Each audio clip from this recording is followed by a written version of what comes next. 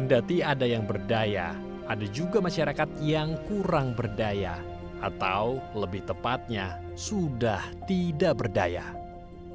Mereka adalah masyarakat adat yang sudah terampas ruang hidupnya, terampas atas nama pembangunan, industrialisasi. Jadi ini menunjukkan fenomena yang selama ini sudah kita sebutkan, bahwa pembangunan yang basisnya hanya pada perusahaan-perusahaan yang merampas wilayah adat sebenarnya tidak mensejahterakan masyarakat adat.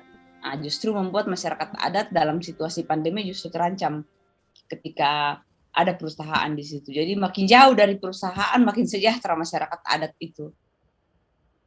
Kehadiran perusahaan-perusahaan ya, yang ada di dalam dan di sekitar wilayah adat itu jelas sangat mempengaruhi, karena masyarakat adat mau lockdown tapi tetap tidak bisa lockdown karena ada aktivitas perusahaan.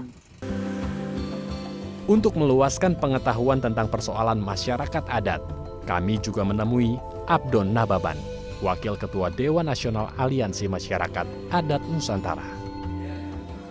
Atas keberanian membela masyarakat adat, Abdon menerima Ramon Magsaysay Award tahun 2017 di Filipina.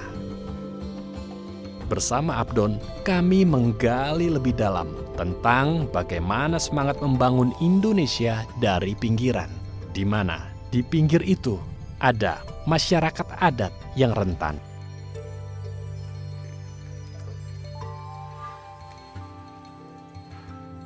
Saya lihat membangun dari pinggiran itu udah benar, ya. Jadi karena dengan retorika membangun dari pinggiran itu intinya kan ada rakyat Indonesia yang terpinggirkan, jadi belum tentu di pinggir.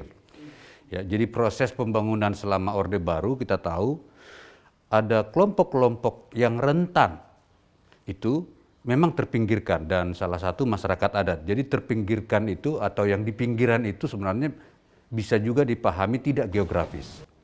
Ya, jadi dalam konteks masyarakat adat itu dua-duanya. Ya, masyarakat adat itu secara geografis memang ada di pinggiran Republik, baik karena kondisi daerah mereka, ya, maupun karena posisi mereka di dalam tatanan politik ekonomi yang berlangsung.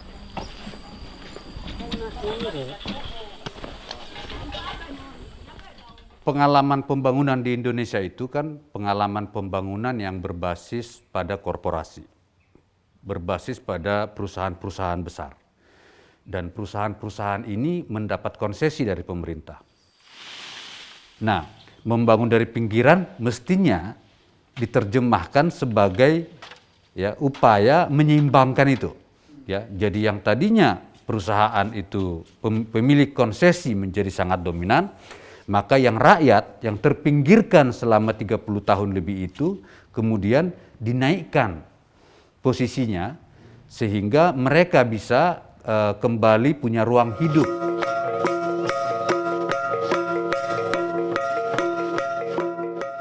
Menurut Abdon, tidak susah membangun Indonesia selama mengenali masyarakat adat, mendata, dan memetakan wilayah adat.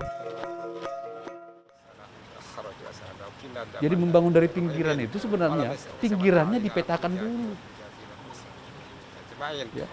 Jadi membangun dari pinggiran tapi tanpa memetakan seperti apa pinggiran itu, maka yang terjadi adalah pinggiran itu untuk dihisap lagi, terus dihisap.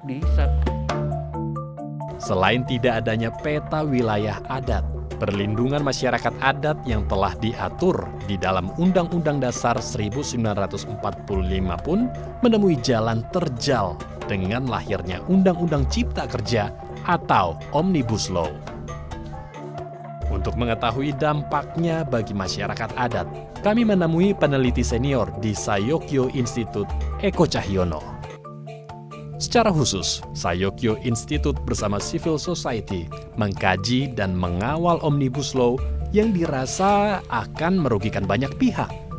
Salah satunya, masyarakat adat di kawasan pesisir dan hutan. di mana posisi masyarakat adat? Apa hubungannya dengan Omnibus Law ini?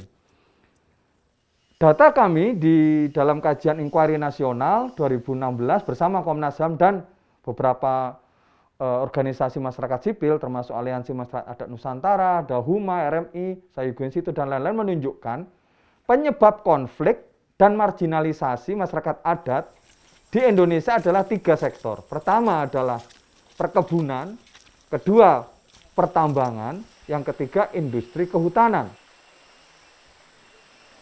Adanya Omnibus Law itu justru akan melanggengkan konflik-konflik masyarakat adat di dalam kawasan hutan dan sekitar ruang hidup mereka.